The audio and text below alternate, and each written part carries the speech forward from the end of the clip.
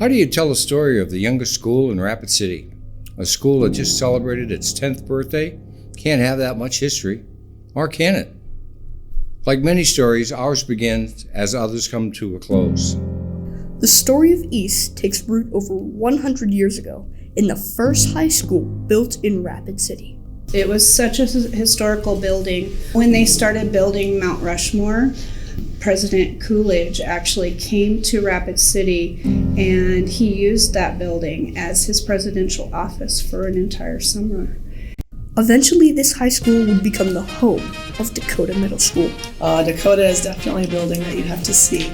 A big, massive building. We had 4 floors, an elevator off to the side. We had a gym, believe it or not, on the 3rd floor. We had an auditorium on the 1st floor. So scheduling, we could never have a basketball game going on when there was a performance in the auditorium. Just the gym itself was definitely something that is remembered as athletes would love to play on our gym floor. Walking in though, having those 4 stories, that was very impressive. And then the outside buildings that added to the aesthetics of the building. Those were a lot of stairs. So a lot of, we ran stairs in football, ran stairs in basketball just to get kids in shape. We had to go up the stairs. I was on the 3rd floor and there was no air conditioning. So when it started getting warm outside, it was really hot in our classrooms.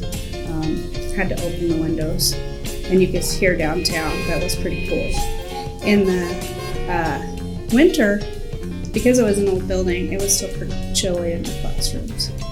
Believe it or not, the building was so tall that it really didn't have a 5th floor, but it kind of had a big attic that you could almost walk in. And I remember stories of some older teachers when I got there. They would go up to the 5th floor and they would kind of make noises down through the vents. So ghost noises around Halloween or something that kind of scare the kids. So some unique opportunities there. There were even rumors about tunnels underneath the building. When my son went to school there, he was able to go down and tour it. I believe it's like possibly a old bomb shelter type or tunnels and people have said that it's haunted. I'm not sure. We were basically the Valley students. We also had some of the neighborhood students right around Dakota. And then they also bussed in kids from Blackhawk. So we had quite a variety of clientele from the area. The students at Dakota Dakota was known as like the melting pot. We had students from all over.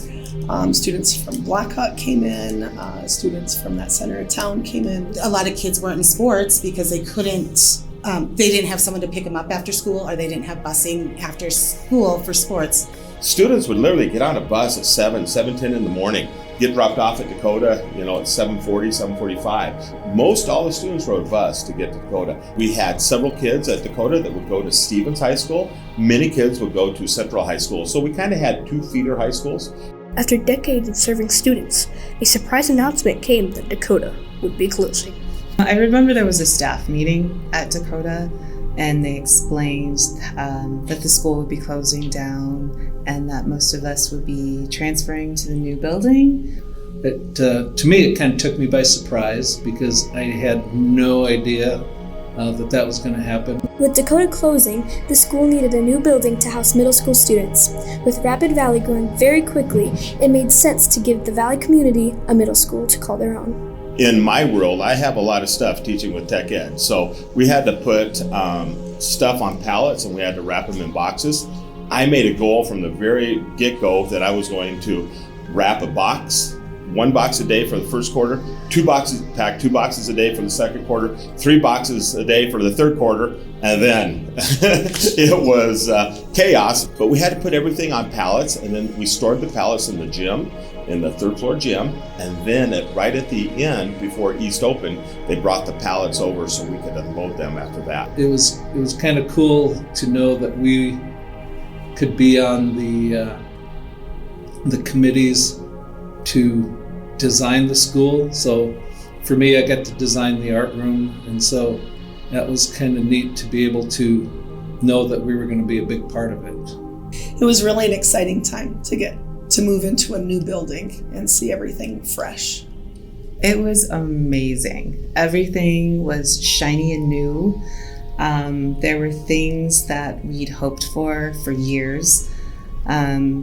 If you think about it, before they built the building, they were able to talk to some teachers and say, hey, if you had your perfect classroom, what would be in it?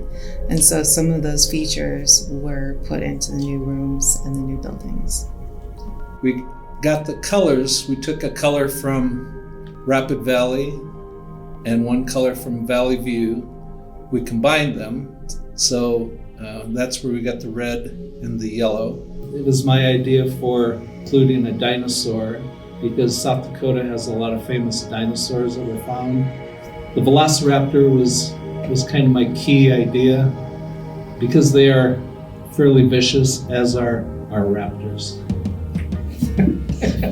East Middle School was officially opened, but what would the community do with their new building? One of the things that I admired about East at that time, and I continue to admire, is that I feel like we are very innovative in the things that we implement in the school, being willing to try new things, even if they fail.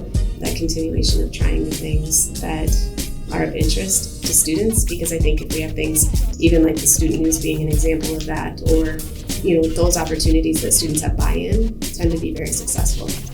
When we looked at the concession stand, we saw that it was a huge opportunity for student council to let students get business skills, but also to raise money for students to spend on community projects that they decide on. So using the facility to its maximum potential is really important to us. We have a better sports program out here because we can have more kids participate. And also we have kids in the Valley area with easier access to the schools and more participation in East Middle School. I really wanted to teach at East for specific reasons. One reason was that I saw a lot of students with enormous energy who wanted to do positive things for the community. We kind of feel like this is more of a community school. Parents are coming to the school a little bit more, and we're able to engage in some community events with the community. I know a lot of previous students have come back and said they sure do miss that small family that they get to see and be with every day. I think that school community is a big part of a student's everyday life. You think about how much time that you spend in your school day versus how much time you spend at home. And if we can have an extension of that home in our own neighborhood, that's a pretty cool thing. The biggest thing is the community. I think is kind of a big thing for East. We want it to be kind of a community school and to have pride in the school. One of the things I really love about East and loved about Dakota is just the camaraderie. It really feels like we are a team and we're in it together. There are some really close relationships between people in the building, and even though people have come and gone since then, I feel like we try to reach out and make sure everyone feels like they're welcome here. I also feel like we're just very focused on doing the best for our students in our school.